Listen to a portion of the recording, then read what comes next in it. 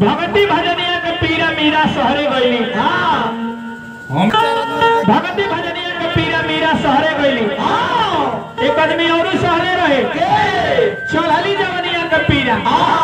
दादा भीष्म अपना बाबू जी खातिर अपन जवानी लुटा दी आहे मंडोरी में दूध जना सहता लो। अरे के हो ई लो सहते रहे ताई कोरोना ना गले जे लोग सहई को अब आई बंदना के कार्यक्रम में चल जा। मेरे वाला कोरस के बाराती में दूल्हे के बैठा देबो तो पता लगे बरोती हलो के पूड़ियो न थे ये सब मेन माइक के टाइट रखो। हेलो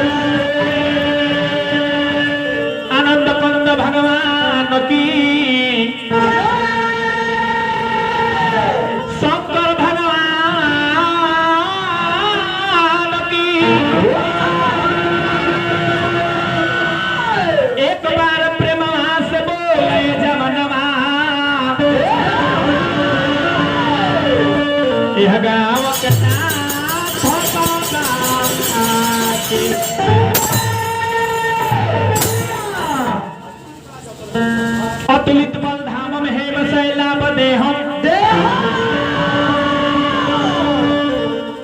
दनित बन कृषानम ज्ञानी ना मगर गण्य सकल गुण निधानम पानराणाम धीसम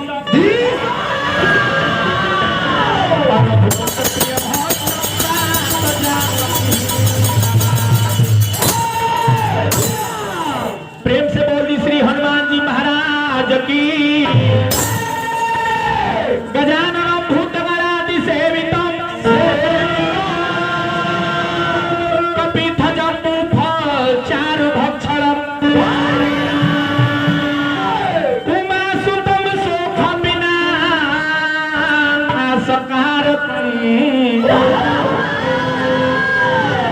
हनुमान विघ्नेश्वर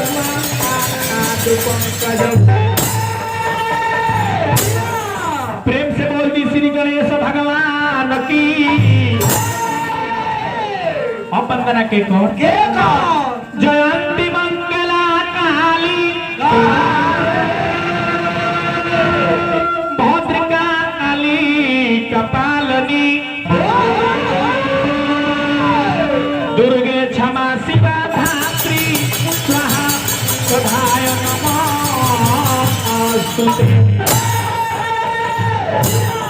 प्रेम से बोल दिया आदि शक्ति जगत जननी भवानी की। देखो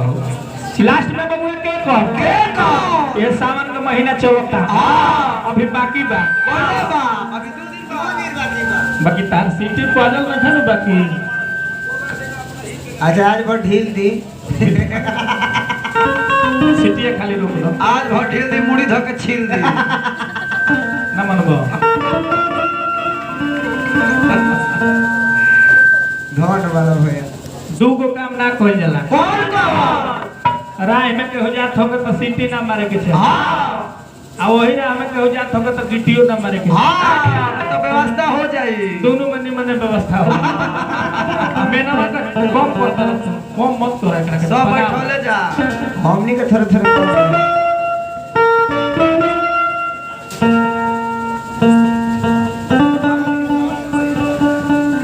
सावन का महीना चलता तने बुढ़ा बाबा के दरबार में चल चलो कर्पूर भारम गौनावतारम संसार सारम भुजगेन्द्रहारम सदा वसंतम हृदयं अरविंदे भवम भवानी सहितम नमः। कहो आ गइलो बाबा हे बाबा प्रेम से बोल दी महेंद्र नाथ बाबा की। अच्छाई देवता सब है एजा हमने के वंदना समाप्त हो गई तो चले के हुमत के खाई आवल चलल हां बिना खइले ह पहला ना आलते आलते 22 गो पूरी खइले हैं तो हनी के बेरा होला 4 बजे भोर में की त घटल है पहुंचल है वो तो भाग मनाओ के छोटन भैया के यहाँ आइल बाड़ो हितई के बात बा बोले बा सकरा है अब तो घींच ले ना तो तोह लोग के बेरा होला 4 बजे भोर में वो बेरा तोह लोग भेंट होई बाबा ए महाराज बाकी हमने के वह दरबार में चले के बाद हमने के समाज में हमने के हिंदू धर्म में सनातन धर्म में कोनो भी कथा कोनो भी पूजा होला तो सबसे पहले भगवान गणेश के बुलावल जाला। सबसे पहले चिट्ठी के बुलावे जाला पिछवा लगे कि तो होले करन तहे ना कदर मतलब इधर पा लगा दे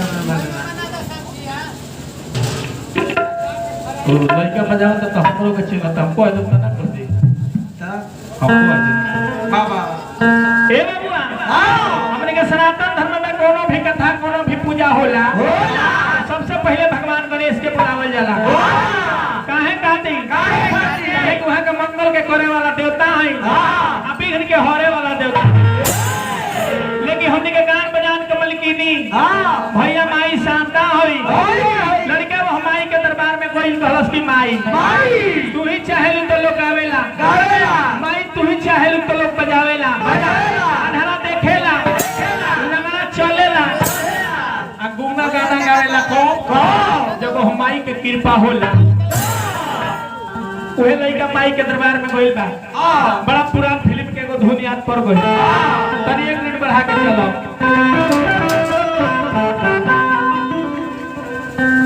लड़का माई से कहलस कि माई अरे आवो अरे आवो आवो माई रात हरिया बा ना लौकट डगरिया बा माई तू चाहू तो हमनी के गा लेब जा ई लो बजा ली लेकिन कब जब तहार कृपा होई वह लड़का माई से कहता कि माई अरे आवो अरे सारा देखा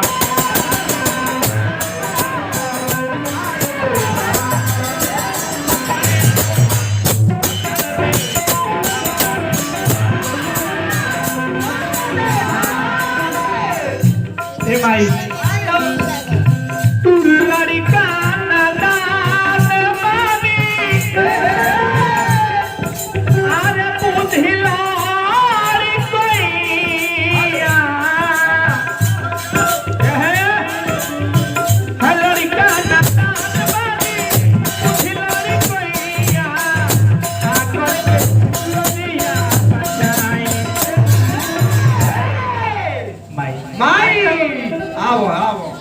महतारी के यदि 4 गो लड़का बने डॉक्टर इंजीनियर हो जाइए मास्टर हो जाइए आ कहीं जो माई के कोनो लड़का पौरा हो जाला बोलू आइए अभिषेक ब्लॉग मस्ती चैनल का तो तोरा लगे जोड़ो नहीं है भाई 4 गो 5 गो चैनल चलावता है रुपये छापत तरह से है ना जोगिंदर बाकी कोई बार रात भरनाथ छियर बो माल छापत रे यूट्यूब वाला लोग आई बहुत पुरस्कार आई और मालिक से प्रार्थना रहे ध्यान दृष्टि बनावे खातिर लड़का पास करे माई कि लड़का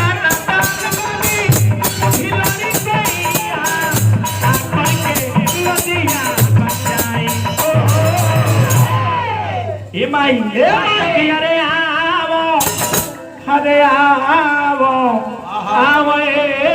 माई अरे आवो तारक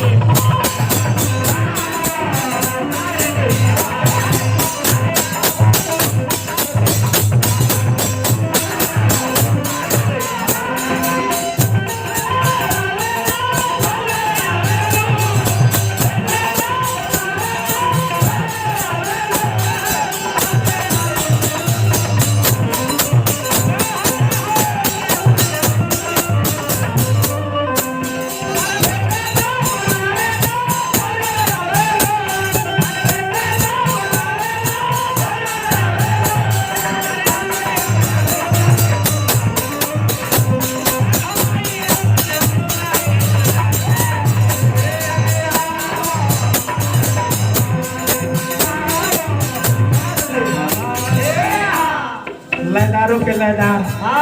परम लयदार हमार परम मित्र हमार परम हितो है यहाँ के छोटे बाबू कौन नहीं जानत है जग में छपरा सिवान गोपाल गजारा बक्सर बलिया के कोनो ऐसा कलाकार ने घर के छोटे सी के ना जाना ना बउआ आई हजारों हजार रुपए के पुरस्कार आई और मालिक से प्रार्थना रहे कि पद प्रतिष्ठा बनौले रही पगड़ी हरदम बरकरार रहे ना बउआ लड़का कहलस कि रे माई लड़का ना ना ना पानी आरे पूती लोरी कोइया अरे करके अरे लतिया अरे धन अरे आओ अरे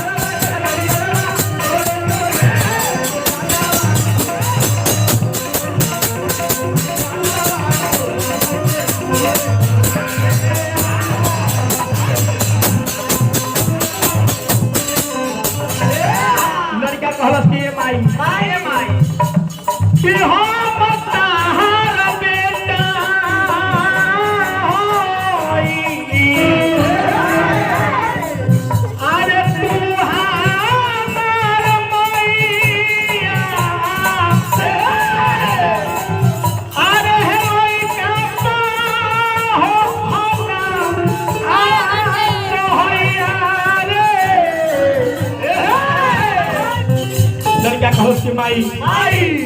गाय जब बछा देले त इना कहेले कि नहा धोआ के होता तारा के दूध पियाए घर में तो भी कहेले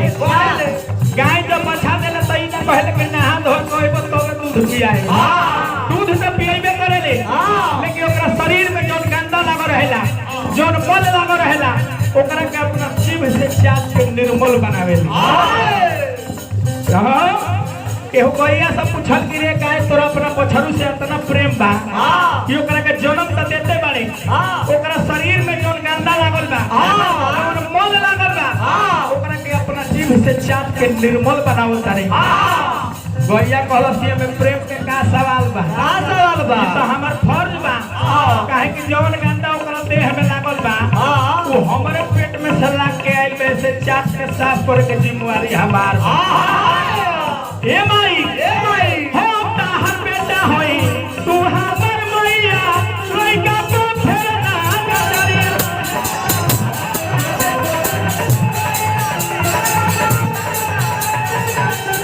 ए माई छोटे बाबू छोटा भेद व्यवस्था कर देले न कोहे करे ओ माय गॉड धीरे धीरे हम न जाने है दादा हो कंपनी से कोनो ब्रांच मैनेजर चलल होई तो देखाबे कि पूरा कंपनी उठा लिए ओ माय गॉड बैठा बालकनी आ गइल बा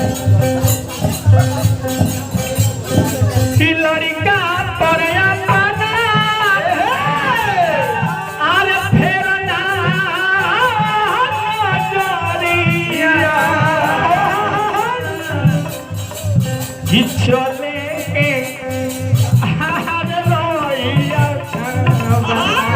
ए बाबू कोनो ठीक नहीं खेल कहू एक बोले के कहू बाजी के एबारा के ताजा खबर बा कब केकर कुर्सी छीना जाए कब केकरा कुर्सी पर जाके बैठ जाई ई केहू नहीं खे जानो ना अबे हमने के बिहार में तई चलते थे चलो तक कौची चल गइल बा तो छोटे भाई आ देखे के बाबू बड़की ब्रांच है सही ए बाबूआ लड़का कहलो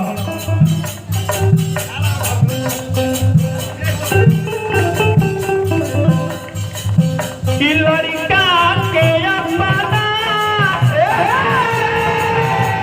आज फेर ना गजरिया कि चले के रहिया बताओ अरे आओ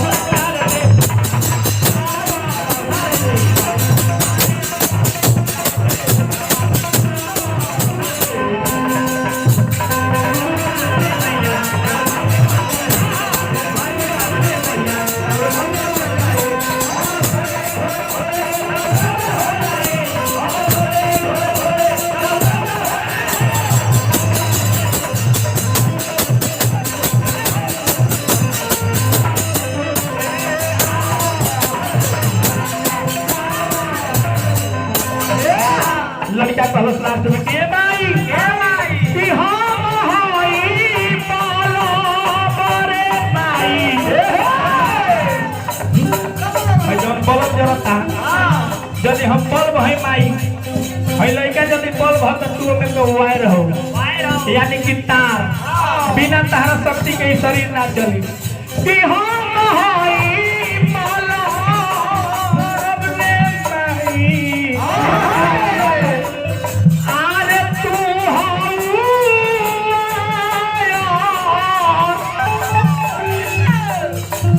देहतिया होली मई परलू तू फायर हरे पादेलू तू फायर अरे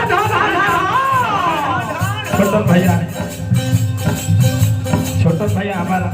कृष्ण भगवान हम जय अर्जुन है 10 बरिस समय हम जोड़ा ना भैया के हां दराबरी के घर और बनावे में बिजी हो गेले हैं तो सोचने है ना चलो करके छोड़िए नहीं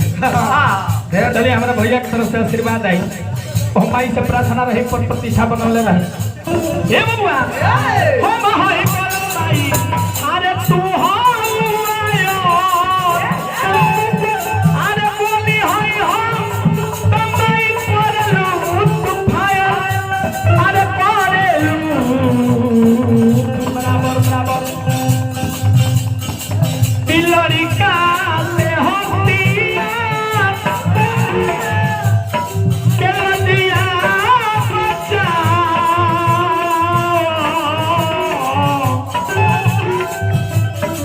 लड़का से होतिया